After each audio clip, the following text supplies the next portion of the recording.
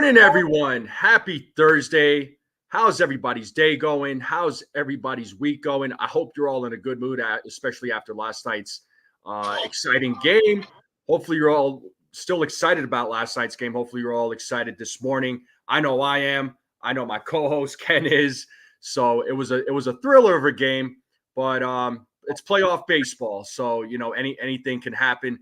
So real quick, folks, shout out to everybody in the chat. Make sure you all hit that like button, hit that subscribe, share this channel out with everybody you know. I would greatly appreciate it. Hit those heart emojis down there at the bottom. If you're watching this on X, come over to YouTube, hit the subscribe button, join the conversation. Let's continue growing this channel. Let's see who we got in the chat. We have CT Cards in the chat. What's going on, CT Cards? Good morning to you. Nosebleed section, what's up, man? Good to see you. John the Beagle Dad. Got your message there, John. I'm glad you're safe from the hurricanes down there. You know, it's pretty rough, but I'm glad you're good. Just keep me updated, man. Jonathan, good morning. Gusto, good to see you, Gusto. Nice to hear from you. Talked to you recently. Hopefully everything is well with you, my friend. Thank you for your support. Who else we got in the chat? We got Dev Finch in the chat. What up, Dev? What's going on? The Real Yankee. What's up, The Real Yankee? How's it going? Demon D, what's up, Demon D? Egyptian is in the chat. What's up?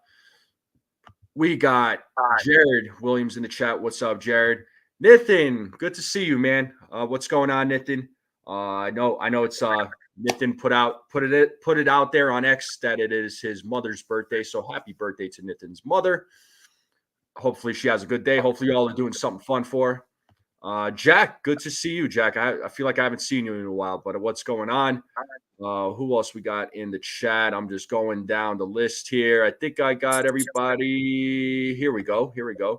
Jake Boss. What's up, Jake Boss? How's it going? Terry, I saw you sneak in. What's going on?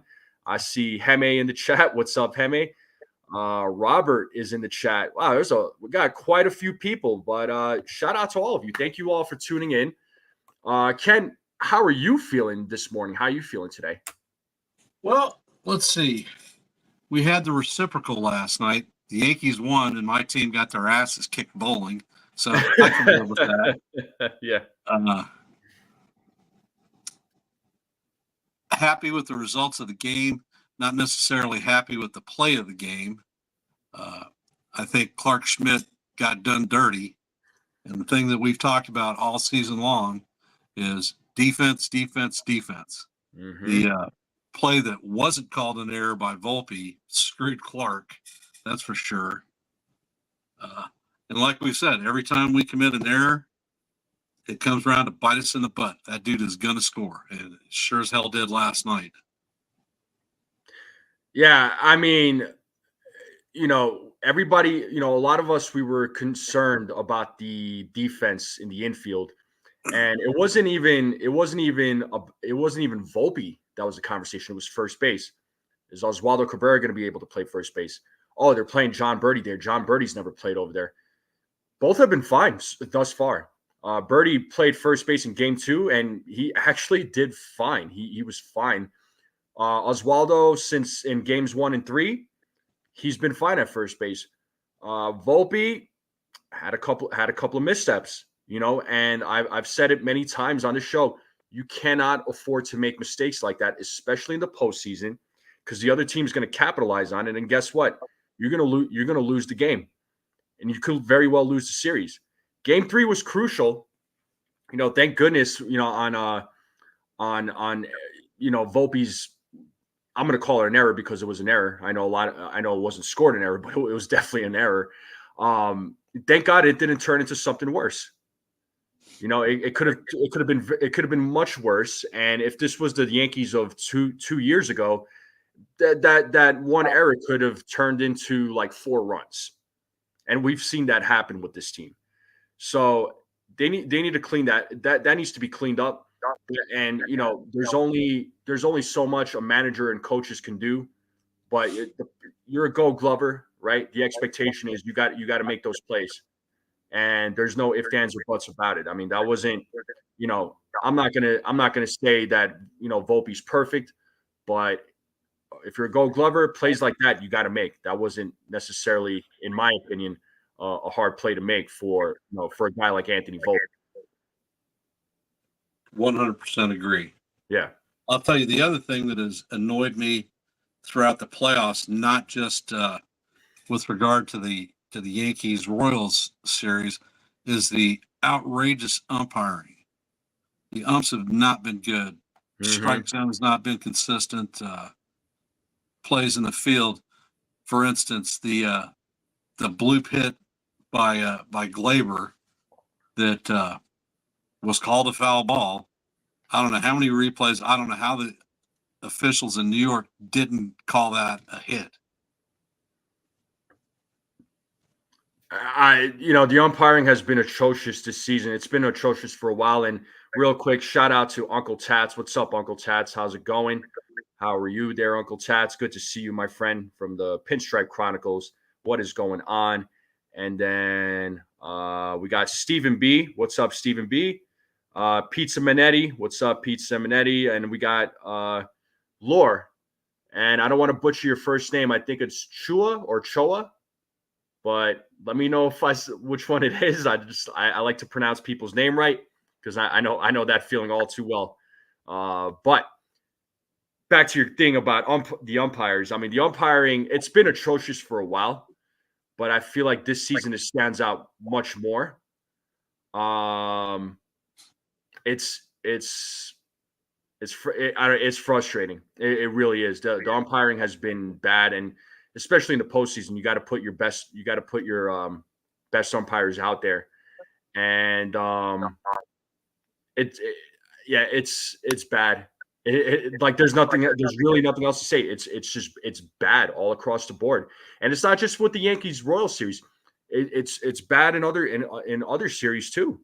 As some of these calls that these umpires are making, I'm like, are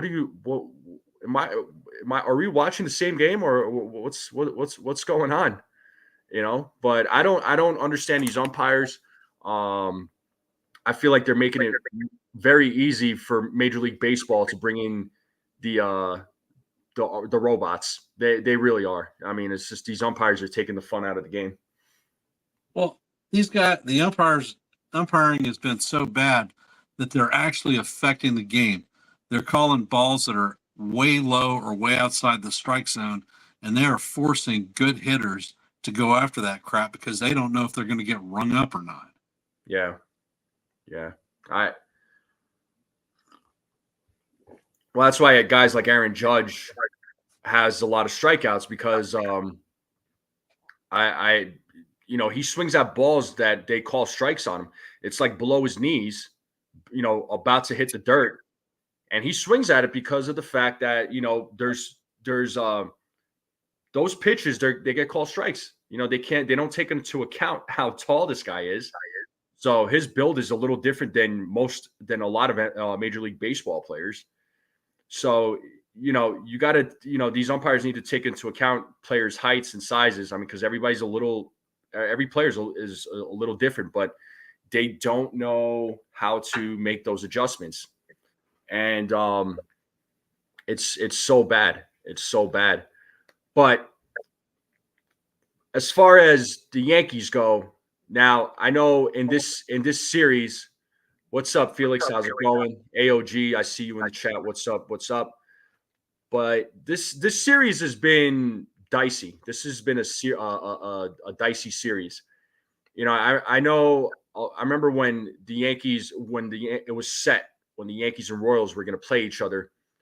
There were so many fans that were saying this is the easiest path for the Yankees to go to the World Series because the Orioles are gone, the Astros are out. You cannot in the postseason. I don't care what team is in it. You cannot sit there and say this is going to be an easy series or an easy path. There is no easy path. And when it comes to the postseason, everything changes. The level of play changes. The mentality changes. Your strategy changes. Everything changes in the postseason. There is no easy path, and there's two teams that are still in it from the AL Central. Two teams that nobody expected. Nobody expected the Tigers to get in, but they're in, and they're up 2-1 against the Guardians, and they could walk away with a win tonight and move on to the ALCS.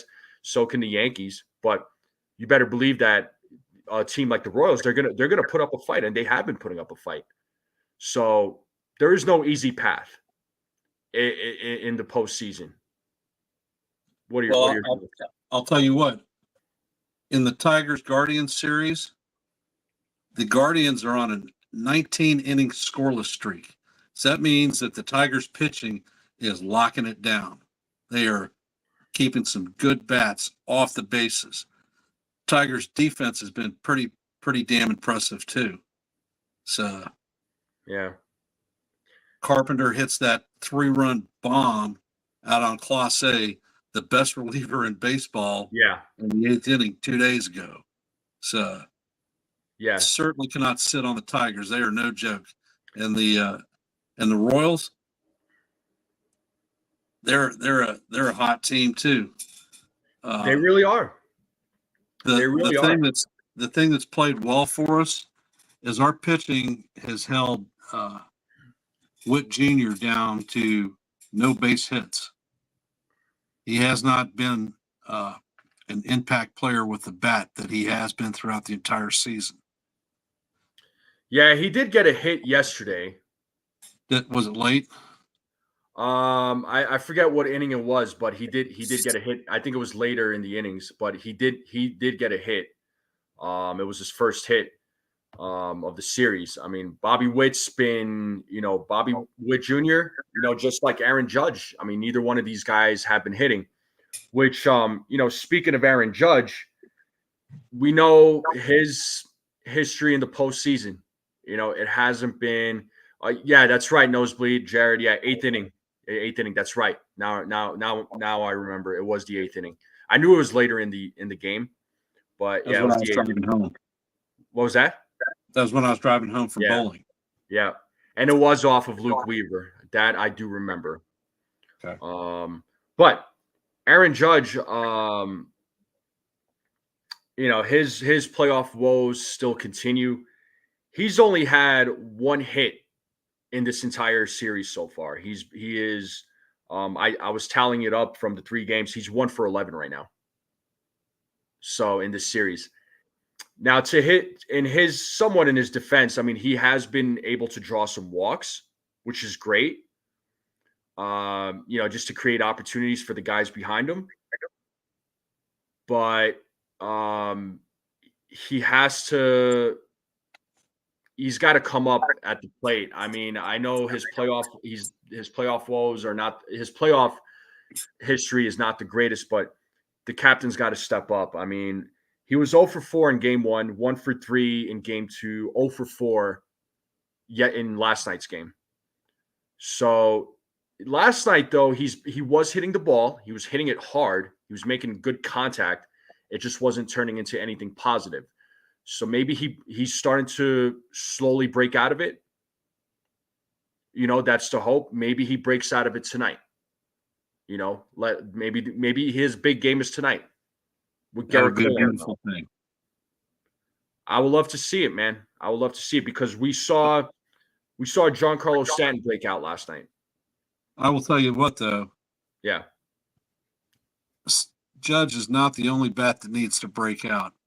The guy that we've got sitting in the 4-hole, everyone's going to call me a Wells hater, but that dude has not hit worth shit in over a month.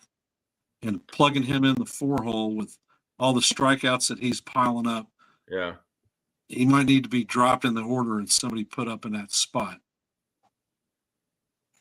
Yeah, what's up, Raziel? I see you snuck in. What's going on, my friend? But yeah, I looked up Austin Wells and his stats from last night. He went 0 for 5. So yeah, he had 3 strikeouts. He struck out 3 times. So, this isn't a knock on Wells. I'm gonna criticize him the way I criticized Anthony Volpe a couple of weeks ago. He needs to step up.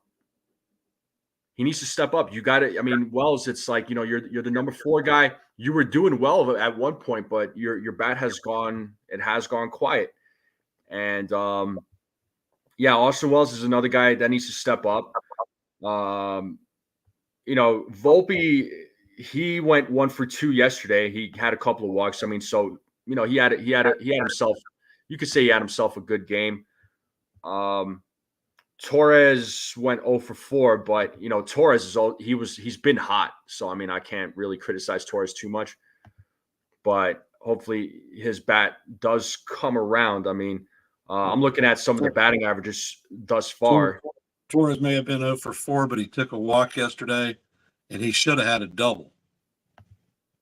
Yeah, he should have had a double. I know on that bad umpiring call. Yeah, the bats. The offense is still an issue. The offense is still an issue. The situational hitting is still an issue. I know, again, with some, I know these games have been tight. I don't know if I hear an echo on your end. I don't know if are you on your phone? Okay. There's an echo coming. It's all good. It's all good. But look, as far as the offense, I mean, they're not getting the hits, or they're getting the hits, but they're not scoring with runners in scoring position, which is been a hard thing for this team to do. It seems like when these guys get on base, they don't know how to get these guys in to score a run. It's like a foregone conclusion. Now, one positive thing I'll say about the offense is so far they've had 22 walks. So that is the most in the first 3 games in a postseason in team history. So they get the hits. They've had 22 walks, but again, they're still leaving way too many guys on base. So far with runners in scoring position in the series, they've left 30 men on base, and they're 3 for 25 with runners in scoring position. So the bats are still a little bit of an issue. They're coming away with these wins, which is great. But the bats are, again, 30 men left on base in this series, and they're 3 for 25. Let me get your thoughts on that.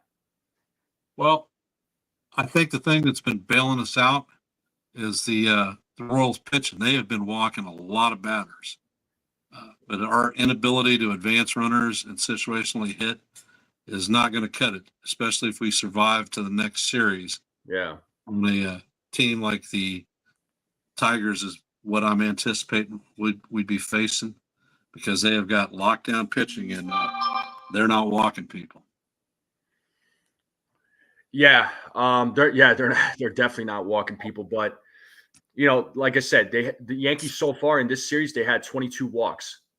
So that the Yankees have had good at bats as far as that goes. They've been getting some hits, but it's not a lot though. It's just they're getting guys on base, but they're just not creating the best of opportunities. I mean, you cannot leave this many guys on base, in especially 30 players left on base for the Yankees in 3 games. That's 10 players a game.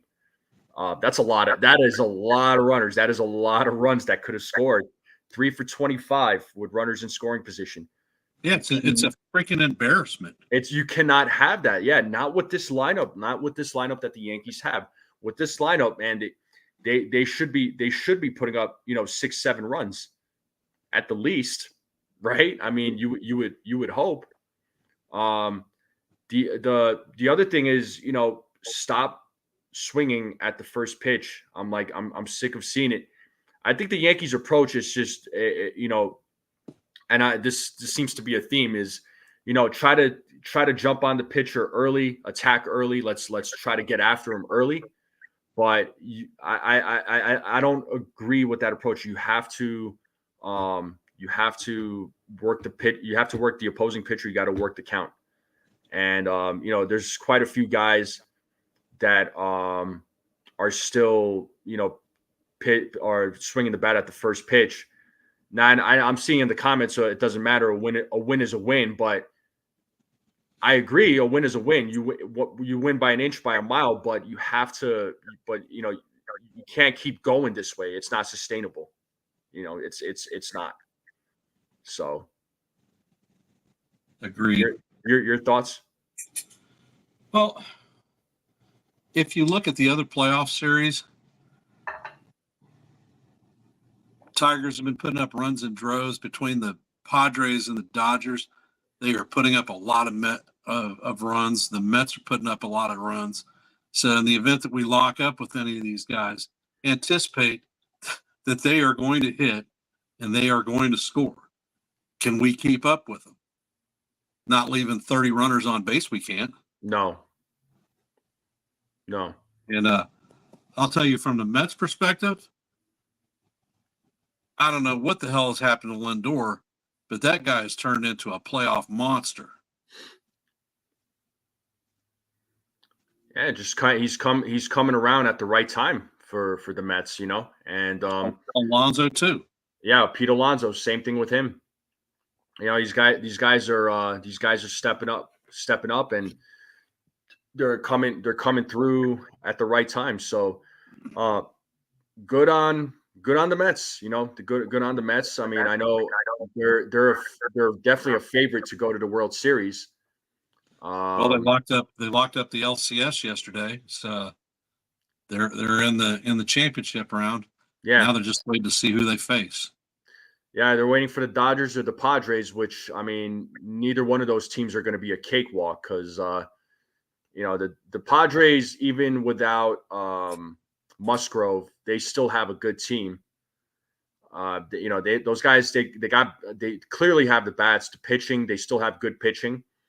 It'll be a hard series. And the Dodgers, there's no denying that the issue with the Dodgers, though, to me is the pitching. But they still have, even though yesterday, different story. I mean, they went with a freaking opener. They went with an opener. Yeah. They did not pitch a starter, and they ate the Padres up. Yeah, they won that game 8-0. But the other night you had Walker Buehler, and they ate him alive. The Padres did. So he's not the pitcher that he was before Tommy John. Yeah, no, he's not. He's not. But it'll be interesting to see what happens in the NL with the Padres and Dodgers. Let's see who moves on from that. That's going to go back to LA now. They're going to go play in Dodger Stadium. So, we'll see what happens. But it's going to be a tough game. It's going to be an interesting game. But whichever one of these teams move on, it's definitely going to be a challenge for the Mets. I'm not saying the Mets are going to lose, but I think it's going to be a tougher series for the Mets. Do you think that Detroit locks it down today? I think Detroit locks it down today. Or they go back to Cleveland? No, I think Detroit's going to win. That was my pick to go for the team to go to the LCS is the Detroit Tigers. They've come alive, and then I think the Yankees game tonight. My prediction was the series with the Yankees and Royals. It goes 5, but it all depends on what the bats are going to do. And mine was 4, and we have our ace start tonight. Mm-hmm. Gabe Wood rematch. The Yankees have done well against Waka. Mm-hmm. And if Cole has depth on his breaking stuff, I think he's going to be a beast against them. Yeah, as long as we get the good, as long as we get Garrett Cole, the Garrett Cole that we all know and appreciate, then the Yankees could win, but the bats have to come through. That's the biggest thing. The bats, they have to come through. They gotta be better with the situational hitting, which is something we talked about all season. But with the numbers that I just told you in this series, you cannot have numbers like that. yeah, they're coming away with these wins. I know they haven't been scoring a lot of runs with the exception of game one. They scored 6, but the bats need to wake up. So, and speaking of the bats, I did want to. Hey, I see my friend Celso. What's going on, man? I have not talked to you in a while. I meant to text you, man. I brought your name up to one of our friends. Hopefully you're doing well. Hopefully you're feeling better, man. Let me know. But good to see you there, Celso. Good to see you. Hopefully everything is all right with you, my friend. But thanks for popping in and thanks for your support as always. But speaking of the offense, I mentioned the 22 walks by the Yankees thus far.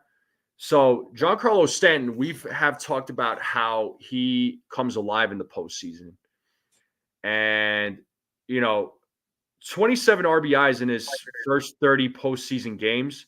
He's got 7 home runs in the division series, and historically, 12 postseason home runs, and he's got He's got a career postseason 964 OPS. 27 RBIs in his first 30 postseason games, and first stolen base since August 3rd of 2020.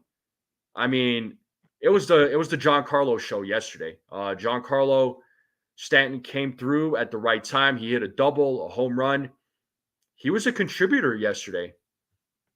So, Giancarlo, he went 3 for 5 yesterday. He had 3 hits. Right now, he's got the highest batting average amongst the Yankees hitters thus far. He's got a 308 average. I mean, the other guy behind him is Juan Soto with a 300 average. So what? And I know Celso, my friend Celso, is a big Giancarlo Stanton fan. So I know you're in a good mood. So let me know how you're feeling about it there, Celso. He's Giancarlo's. That is Giancarlo Stanton's biggest fan right there. But yeah, what are your thoughts on Giancarlo's numbers here? Stanton, we knew he was going to be a postseason performer.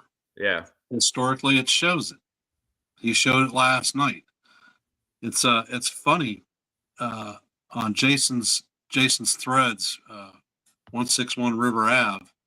He posted a line about other Yankee fans talking about benching Stanton and putting the Martian in his spot. Well, I think Stanton answered that one back pretty effectively last night. Yeah. Absolutely. And good morning to my friend TC Steels. What's up, TC? Always good to see you in the chat, man. Hopefully you're doing well out there in California. I'm assuming it's nice and sunny out there for you. But what's up there, TC? And Celso, I saw your comment and I just laughed. I'm not going to pull it up, but I just laughed. Oh my God. I needed that laugh this morning, but thank you, Celso. You always know how to put it. You always know how to make people laugh. That's what I like about you. And shout out to Jordan. I see you. We got a lot of people in the chat, man. We're about 30 minutes into the live stream. So thank you all for tuning in. You guys and gals out there are amazing. Thank you so much. If you all haven't yet, I would appreciate it. Hit that like, hit that subscribe if you're watching this for the first time. Share this channel out with everyone you know.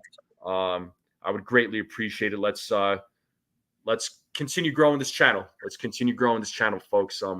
I got big things, big dreams, But yeah, Giancarlo, we all know that he does come through in the postseason somehow, some way.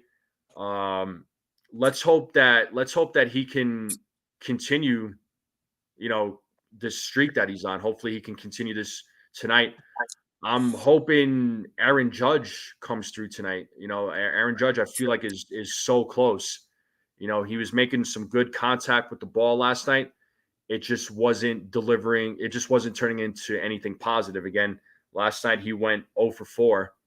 So that needs to, that needs to change. He's getting the walks. At least he's getting the walks, but he needs to start getting those hits, getting home runs.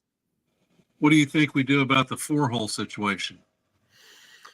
It was funny. I was having that conversation yesterday with Jason and Maza in our group chat that we're both in, and you know, what do you do at that 4 hole? Some folks. Some folks are saying, do you put Giancarlo Stanton in that 4 hole? Do you put Jazz Chisholm in that 4 hole? And you question is, I'm not exactly sure. It's because Wells is not hitting. He's not hitting good at the 4 hole. They're not, or he's not. He hasn't for over a month. He hasn't for over a month, right? He hasn't for over a month. Do you put Giancarlo Stanton there behind Judge? I mean, he does bring a threat. He does bring a threat. I mean, when you have two guys back to back like that, you have Soto, Judge, Stanton. Those are three big threats at the plate. Maybe I like Stanton in the 5 hole. I think he's comfortable hitting there. Okay, he's been productive there. I don't disagree. I don't disagree with that. But who do you put in that 4 spot though? Maybe take a shot and put Oswaldo in there. He's never outmatched at the plate. Mm-hmm. He always makes good contact. He's not a big strikeout guy. John Birdie also, another good contact bat. Yeah, John Birdie. I mean, I would have put John Birdie at the 4 spot. Oswaldo Cabrera could be. Some people have suggested maybe putting Jazz Chisholm there, but I'm not sold on Jazz Chisholm. Honestly, I think right now your best bet. I mean, Giancarlo Stanton is your best bet. That is your best bet. There's really nobody else right now that I can think of to put in that that 4 hole. But do you think moving Stanton into the 4 hole shortens the lineup? It can, yeah. I mean, because after Stanton, what happens to the 5 through 9? What do they do? So as of right now, you either stick with Wells or you put Stanton in there. But I like Stanton in the number 5 spot. I like him in that number 5 spot. I would say leave the lineup as is. I like the idea of maybe Oswaldo Cabrera coming up to the being the number 4 guy, but I also feel like he needs to be the guy at the bottom of the lineup too. You need somebody there with Volpe and Verdugo that can hopefully get on base. I know I would leave the lineup as is, honestly. I know some people are still talking about Jason Dominguez, but I would leave. They're not going to bring Jason Dominguez in for Giancarlo. Let's be honest here. That's assuming that's who some people are talking about. I don't know. I actually wanted Dominguez to come in and pinch hit for Wells last night late in the game. Oh wow, yeah. I know a couple of people have mentioned Anthony Volpe. Listen, Volpe, yeah, no, I've been critical of Anthony Volpe as far as his bat goes, and you all heard me on the show today. I've been a little critical of him. So I haven't exactly been happy with Volpe as of late. So just because of his defensive plays, you gotta be better defensively. At the plate, yeah, he hasn't been as great. But there's a lot of guys there's a few guys that need to step up, so there's a few of these guys that need to step up. I know there has been talk about, do you bench Stanton and play Dominguez? It's like, yeah, you can do that, but Dominguez is only one guy, you got it. What about all the other 8 guys that need to also hit too? But well, it's a team sport. It is a team sport. And historically, over the last 14 years, we've lived and died with the long ball. Mm-hmm. And we're not hitting a lot of them out, as apparent with the relatively low scores that we've had completely throughout this complete series so far. Yeah, yeah, and and that's the problem. These guys are they rely too much on the long ball. They need to start. They need to do more with contact hitting, and they're not doing that. I mean, they do that at times, but then once they get a couple of guys on, or if there's one guy on, they're just trying to hit the ball to the moon, and it's just like, just why not just try to keep it simple, you know? Um, Look like you're reading some comments there. Evan Spitz, Okay. Spitzberg. Mm-hmm.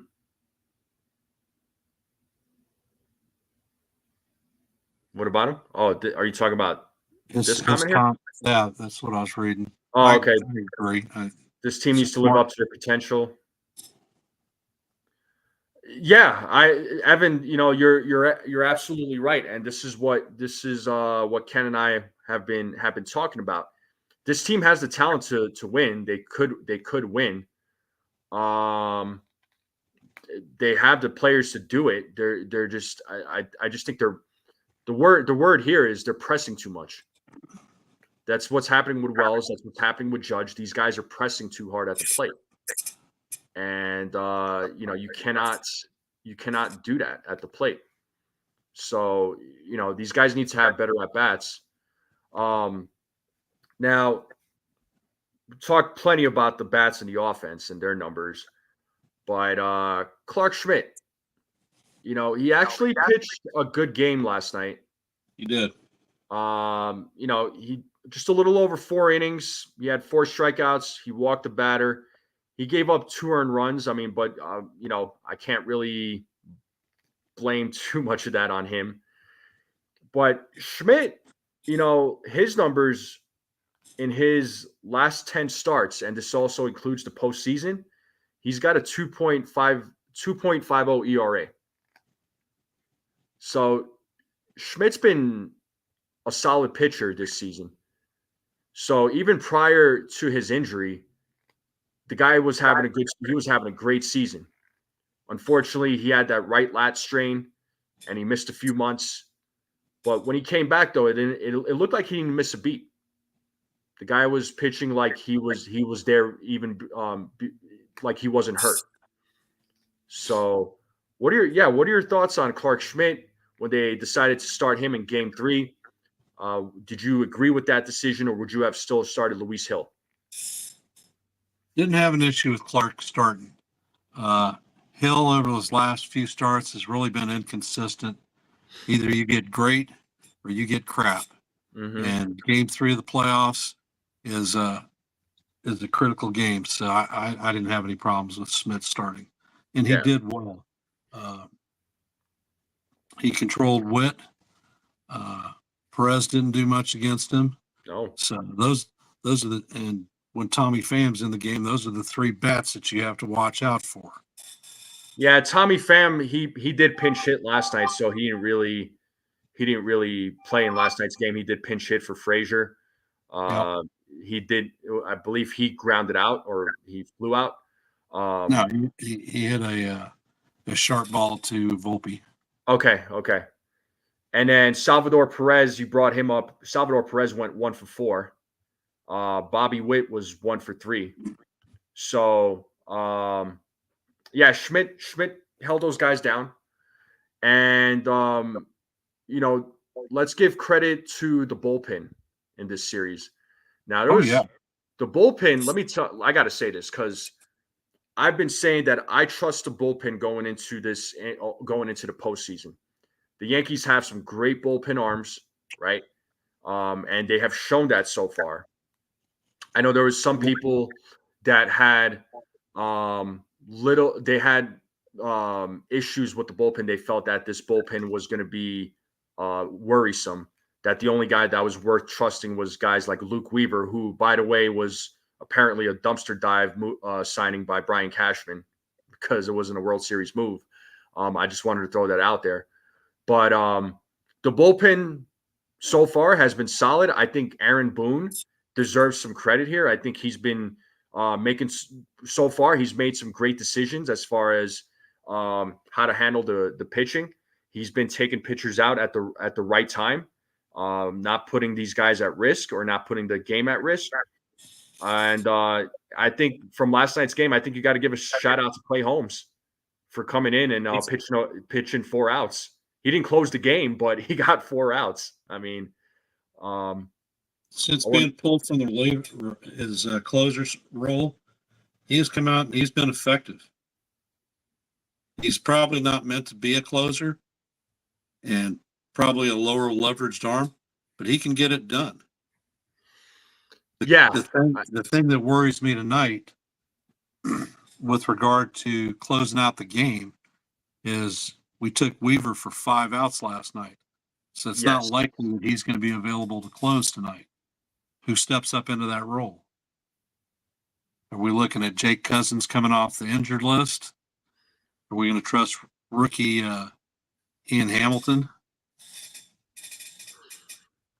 Well, Weaver, he did. Yeah, because Weaver did pitch quite a bit last night, didn't he? I'm trying to see how many pitches he threw last night. He had 20. He threw 20 pitches last night.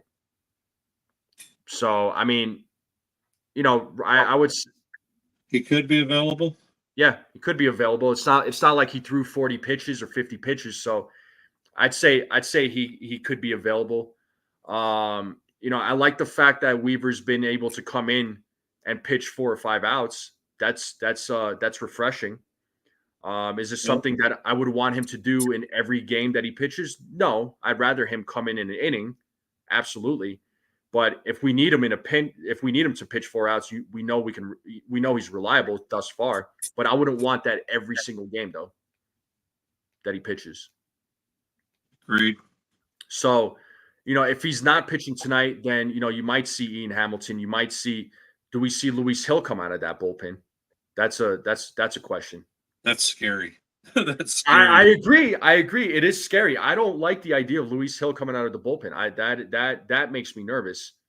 That makes me more nervous than Tim Mesa coming out of the bullpen, honestly.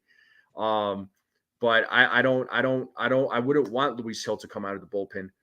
Now, as far as tonight's game goes, I know tonight's game is going to be. It's going to be crucial. Obviously, it's crucial for the Royals because they got to win to survive. The Yankees, if they can close it out, if they can win tonight, they don't have to worry about a game 5. But let's just say if it does go game 5, do you still start Carlos Rodon in game 5? No, I don't. Okay. And folks in the chat, let me know. Do you start Carlos Rodon in game 5? Or do you Game 5 is where I put Hill in. You put Luis Hill. Okay. Yep. So you put Luis Hill in. I'm because Nosebleed asked that question, and I was wondering about that too. But I think you need to. I agree. I think you need to put Luis Hill. I think you need to put Luis Hill. To answer a question out there, Stroman is not on the roster. No, Marcus Stroman's not on the roster. He didn't make the Division Series roster. You might see you'll probably see him in the ALCS. If the Yankees make it, right? I mean, hopefully they would have win tonight. They do make it. I would love to see it. But game 5, I mean, game 5 is going to be, everybody's going to be available. So it is all hands on deck. Everybody be ready. Luis Hill, maybe you do need to start him game 5, in a game like that. And if in a pinch, if he's lacking control, lacking command, then you could bring in Clark Schmidt.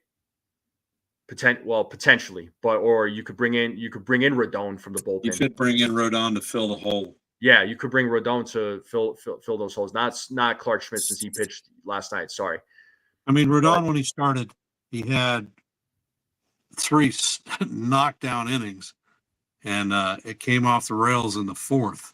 Mm-hmm. So if we could get 2 to 3 good innings out of Rodon out of the pen, that would be spectacular. yeah, yeah, it'll be weird to see Rodon come out of the bullpen, but he's a guy that could come out of the bullpen and you can give you three, 4 innings, hopefully. Think back to the 2001 Diamondbacks. They brought the big unit out of the bullpen on several occasions. They brought Kurt Schilling out of the bullpen also. So you're in a situation where you need to win the game, all hands on deck. Yeah. It is all hands on deck. I mean, you gotta better be ready. If it goes to game 5, I mean, it's definitely going to be an all hands on deck. But I think I don't think Rodon coming out of the bullpen would be such a bad thing. He could in a pinch he could give you 3 innings, no problem. I mean, if needed, that won't be an issue. He could give you 3, 4 innings. But every player is going to be available for that game if it goes to game 5. If it goes to game 5. Now, as far as tonight's game goes, I mean, I'll talk more about this during the pregame. I won't get into it too much because definitely want to save some of that fun for the pregame. But Garrett Cole, game 1, it wasn't exactly the greatest of outings for him. The pitches weren't not there for him, and it wasn't really his game. The Royals bats were, they definitely had his number in game 1. Well, do you think the problem that Cole had in game 1 is he didn't have any depth on his breaking balls? Yeah, no. So with that being said, they were sitting dead red on his fastball. I don't suspect that he'll have the same problem tonight. Yeah, hopefully not. And the thing too is and I was saying this yesterday. The Yankees, they are playing in Kansas City, and during the regular season, they have played exceptionally well away from the stadium. They were 50-31. Which was the best away record in all of Major League Baseball. So I think tonight, if I had to, guess early on, I think we're gonna see a pissed off Garrett Cole, and he's gonna go out and give it his all. He's gonna give it his all. We know, and he tries to do that every game. I think he tries to give it his all. Hopefully, if he could. I know postseason's different, but I'm hoping that that he can go 5, 6 innings. That would be fantastic for Garrett Cole. I'm looking up. I'm going to look up and see his game 1 stats here real quick because I just want to see how many innings he pitched in game 1. In game 1, well, he did pitch 5 innings. 5 innings. Yeah. He did go 5 innings. So. I mean, hopefully he could go 5 or 6, but with a better outing. That's what I would love to see from Garrett Cole, because his numbers. I mean, he gave up 3 earned runs, 7 hits, struck out 4, walked 2. He did give up a home run in that game too. So, and that was against Melendez, who was actually, he's a good bat. But if he does go 5 innings, the numbers need to be better. The strikeouts and the runs, the strikeouts need to be better. Strikeouts need to be higher. The walks given up hopefully is a little bit lower, and the amount of hits he can he can also keep that to a minimum as well, because giving up 7 hits, especially for a guy like Cole, is a lot for the ace. Indeed, it is. Yeah. So I'm hoping, hopefully Cole 5 or 6 innings, better numbers. But we know the pitching will do their job, especially the bullpen. This is a solid bullpen, and this was a bullpen that a couple of months ago, right? Again, I questioned the bullpen. I was worried about the bullpen, but I feel like ever since those adjustments were made, especially taking Clay Holmes out of that closer role, Holmes has been much more comfortable coming out of the bullpen. He's got more confidence, and you could see it in him. But it's the bats. It goes back to the bats, and that's been the main thing that I have been worried about with this in the postseason is the bats. So it's not so much the pitching; it's the offense. So I'm hoping the bats they got to come alive. I mean, this is your best lineup right here that Boone's been putting out. These guys have to make it happen. We can talk about it till we're blue in the face. The only one that can do anything about it are the players. Yeah. If they want it, they need to go get it. Yeah. The player. I mean, it is up to the players. They're out there. I'm not saying their job is easy. The game of baseball is not an easy sport. It's not an easy sport to play because we can sit here and be couch managers or couch GMs. Armchair GMs. Armchair GMs. Yeah. But it's easy to criticize. It's easy to say what's so hard about that. Well, I don't know. You go out there and try it, I guess, or you take over the job and do it. Let's see how easy it is, because that stuff ain't easy. But another thing I want to talk about, man, the broadcasting on TBS. It is so bad. Costas is an old putz. I understand. Yes. So he is always out in left field whenever he's talking. Mm-hmm. I just can I'm listening to the broadcasting, and I thought, man, it can't get worse than the Fox broadcasting. But wow, with Ron Darling and Rob Costas, I'm like, I cannot listen to you guys. I have nothing against you guys on a personal level. It's just you guys' call on the game, and you all call on the game, and you all and TBS lowering the crowd noise. I'm not happy with it because it just seems like the way the crowd is at Yankee Stadium, it just seems like it's so quiet and they're not as excited. But we keep hearing how loud the stadium is, but us watching this on TV, it's not. It's just you don't hear it. We don't hear it. Well, you damn sure didn't hear the boos for Jazz as he came out. Yeah, I mean, I heard it, but yeah, it wasn't. I know he's definitely getting booed by the Kansas City crowd for sure. So the rule of foot is if you talk shit about a team, you need to go out and back it up the next day. Well, Jazz claimed that the Royals got lucky, and then he didn't do shit in the next game. Yeah, no, I completely agree with that. Yeah, because he went 0 for 4 yesterday, I believe. So yeah, 0 for 4 in last night's game. But he could have. The thing is, I feel like Jazz did that to try to get a rise out of the Royals and their fans. Sure enough, he did. Oh, he got a rise. That's for damn sure. He got a rise. Jazz is just one of those guys. I think he's just very much a high energy, fired up.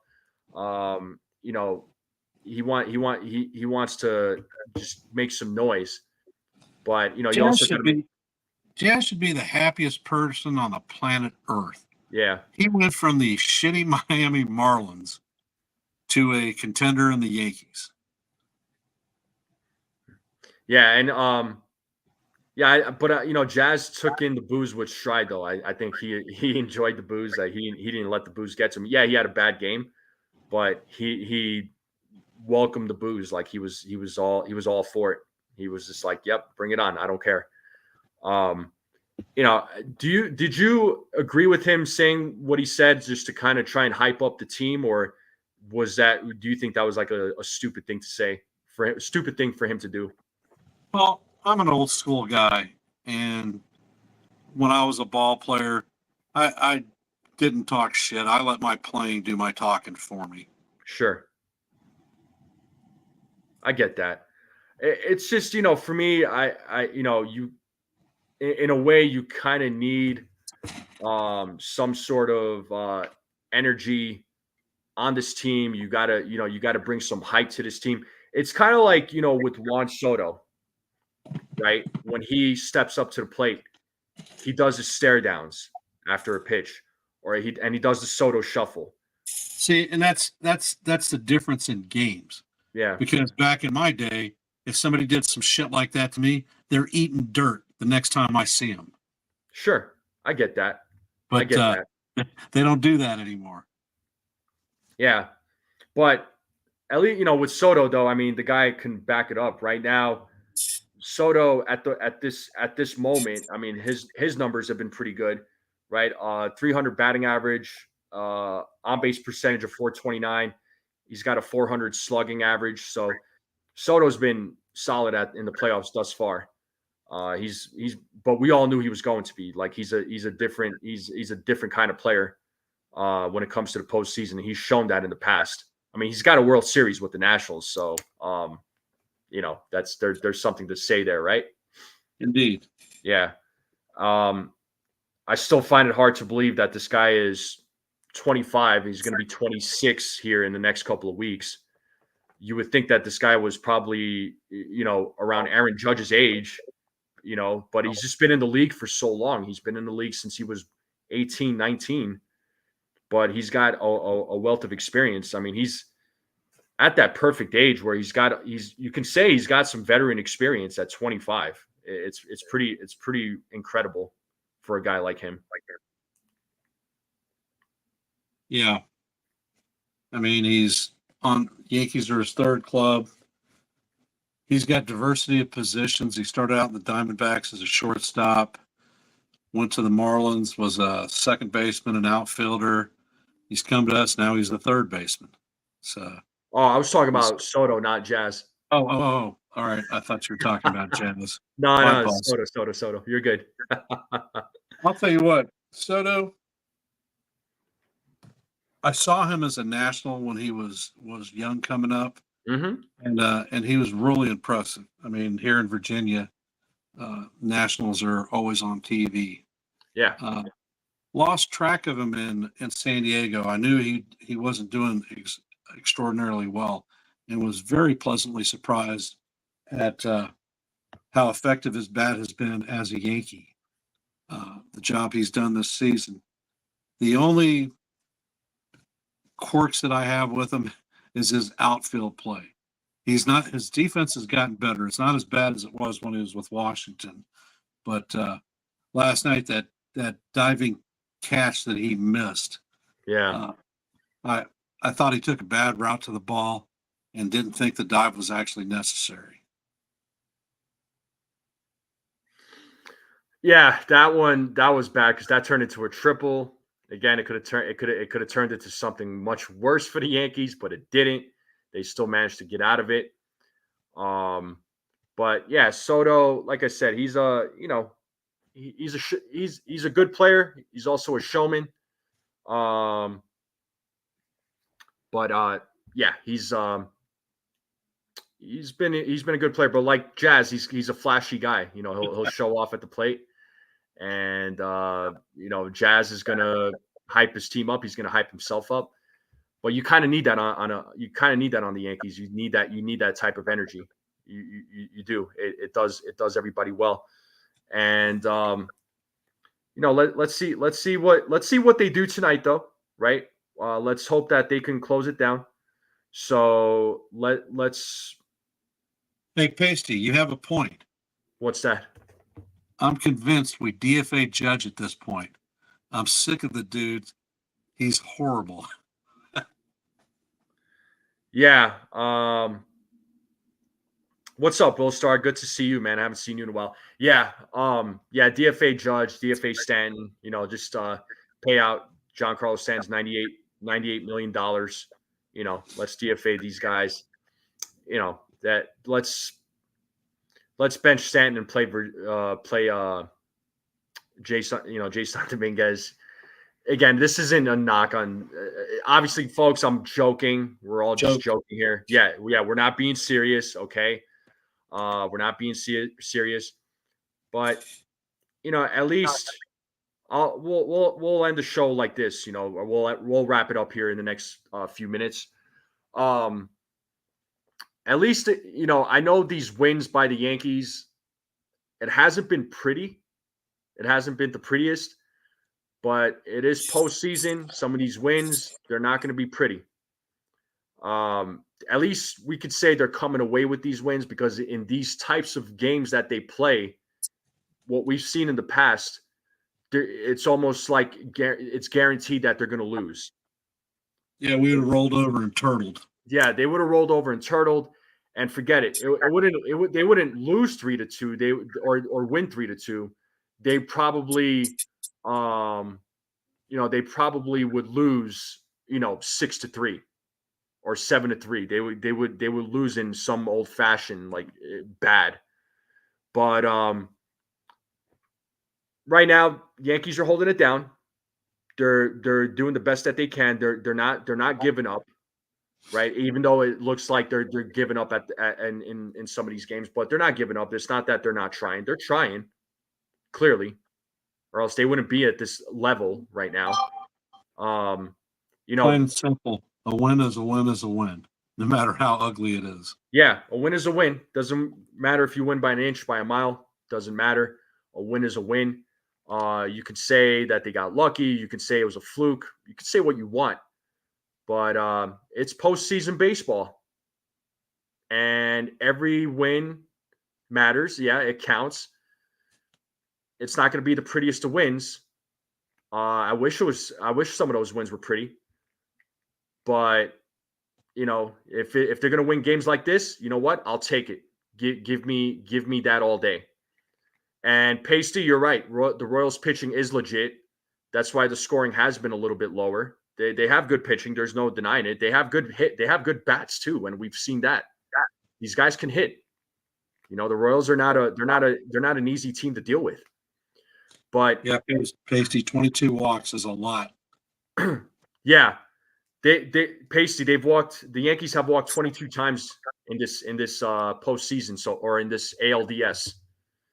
So they're getting the walks, they're getting the hits, They're just not able to score with runners in scoring position. That's been the big problem, So again, 30 guys left on base, 3 for 25 with runners in scoring position. Not ideal for this offense. But crooked number innings are a must. What was that? Crooked number innings. Yeah, crooked in. Yeah. Because we've been scoring one at a pop. Mm-hmm. Yeah. So, all I got to say is let's hope tonight's game, they close it out.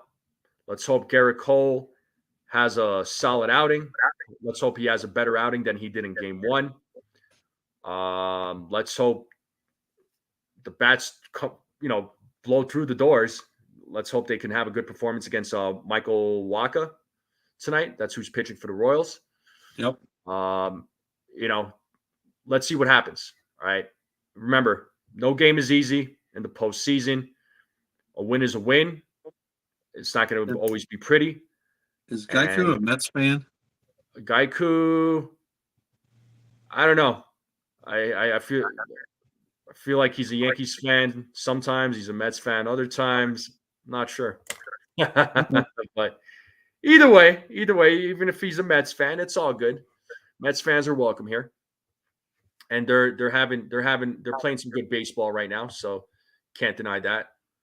But folks, we're gonna close it out here. So I do appreciate you all coming on this morning. Thank you all so much. Make sure you all hit that like button if you have not already. Hit that subscribe button if you are new and watching this channel. Hit that subscribe button. That way you can join in on the conversation and share this channel out with everybody you know. I would greatly appreciate it. Let's continue growing this channel out. And I will see you all later this afternoon for the pregame. I will be going live at 5 o'clock. And we'll get excited for the pregame as we always do. And enjoy the rest of your day. Let's go, Yankees. We'll talk to you soon. Have a good day, everyone.